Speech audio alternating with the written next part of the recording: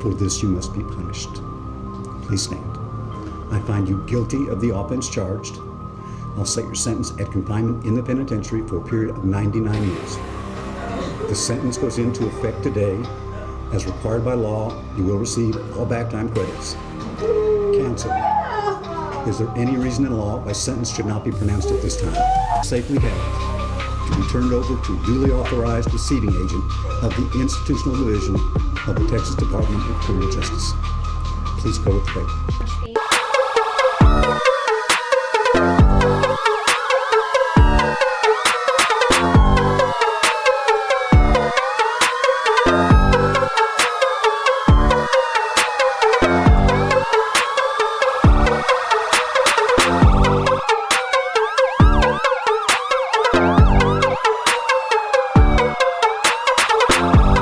Hello, hi there. My name is Claire Tanui and welcome to my YouTube channel.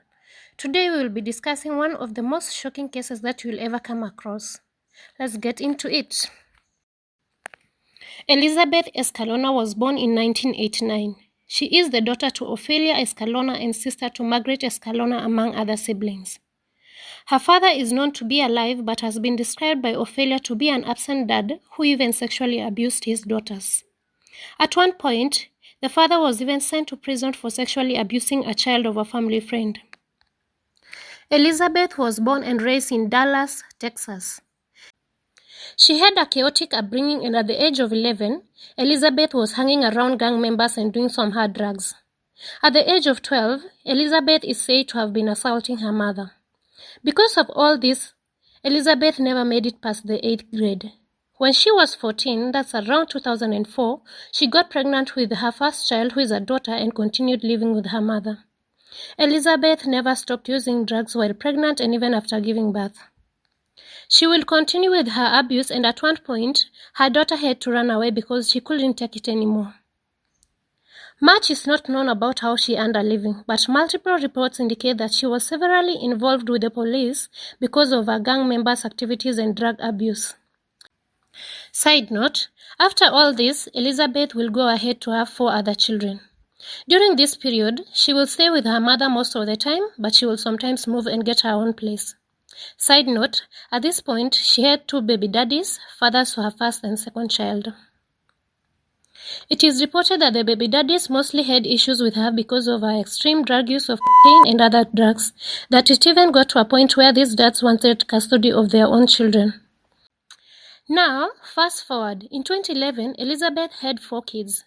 The identities of the 3 older kids have been hidden, but as for the 4th one, her name is Jocelyn Cedillo, and she was only 2 years when she became a victim in this case.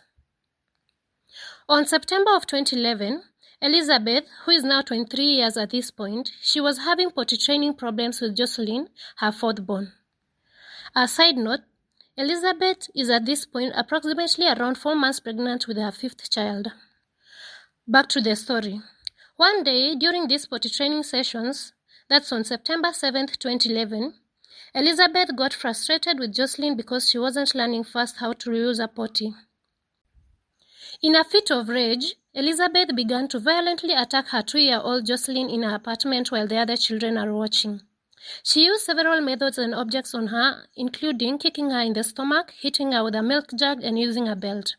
As if that was not extreme enough, this woman went ahead and even beat the child's arm and buttocks. This didn't even end there for this evil woman. After the severe beating, Elizabeth used an adhesive, that is super glue, to stick the baby's hands to the apartment wall. Mind you, all her other kids are still watching. After doing all this, Elizabeth then went ahead and called her mom. She explained everything that she has done to Jocelyn, and without hesitation, Ophelia, that's Elizabeth's mom, she came in rushing to her apartment to check out what her daughter had just really done. Once at Elizabeth's apartment, Ophelia picked up the severely injured child from the floor, and after initial hesitation, she rushed the child to Children's Medical Center in Dallas. The 2-year-old sustained horrific injuries, including bleeding in her brain, a fractured rib, and extensive bruising all over her body. Doctors later testified that the toddler's skin had been torn off her hands when the glue and the paint chips were removed. Jocelyn will be in coma for 2 days and remained in critical condition. She will end up hospitalized for about a week due to her critical condition. After the incident in the hospital, the police were called to the hospital and evidence was collected from the apartment, including the super glue bottle and the section of the walls with the toddler's handprints. Elizabeth was arrested shortly after. Texas Child Protective Services took custody of all her other 3 children. While in jail, Elizabeth was released on a $500,000 bond.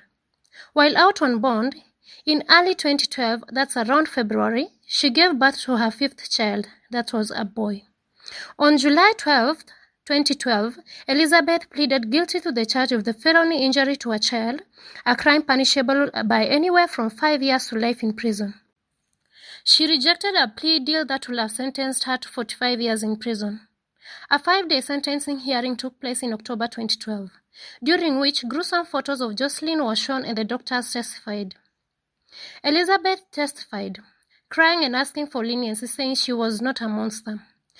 Prosecutors, however, portrayed her as a consistently abusive mother.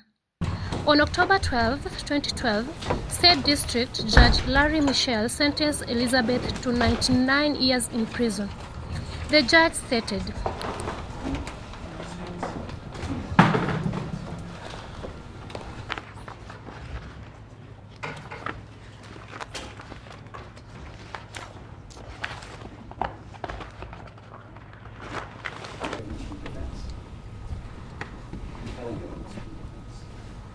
To me, it comes down to a single salient fact. On September 7, 2011, you savagely beat your child to the edge of death. For this, you must be punished. Please stand. I find you guilty of the offense charged. I'll set your sentence at confinement in the penitentiary for a period of 99 years. The sentence goes into effect today. As required by law, you will receive all back time credits. Counsel, is there any reason in law why sentence should not be pronounced at this time? Safely held to be turned over to a duly authorized receiving agent of the Institutional Division of the Texas Department of Criminal Justice. Please go with the bailiff. Elizabeth was incarcerated and will be eligible for parole in 2042, that is after serving a minimum of 30 years in prison. Her defense attorney immediately stated that she planned to appeal the sentence, arguing it was way too harsh. The conviction and the sentence were later affirmed by the Court of Appeals. All her children were put under Elizabeth's mother, that's Ophelia's, custody. Though the fathers of the children each came to ask for their own child, that is like 4 baby daddies, the court put all her kids under the grandmother's full custody. May this lady rot in prison. Thank you so much, guys, for being with me here today. Next, I'll be uploading longer episodes. And don't forget to like, share, and subscribe. See you in the next one. Bye.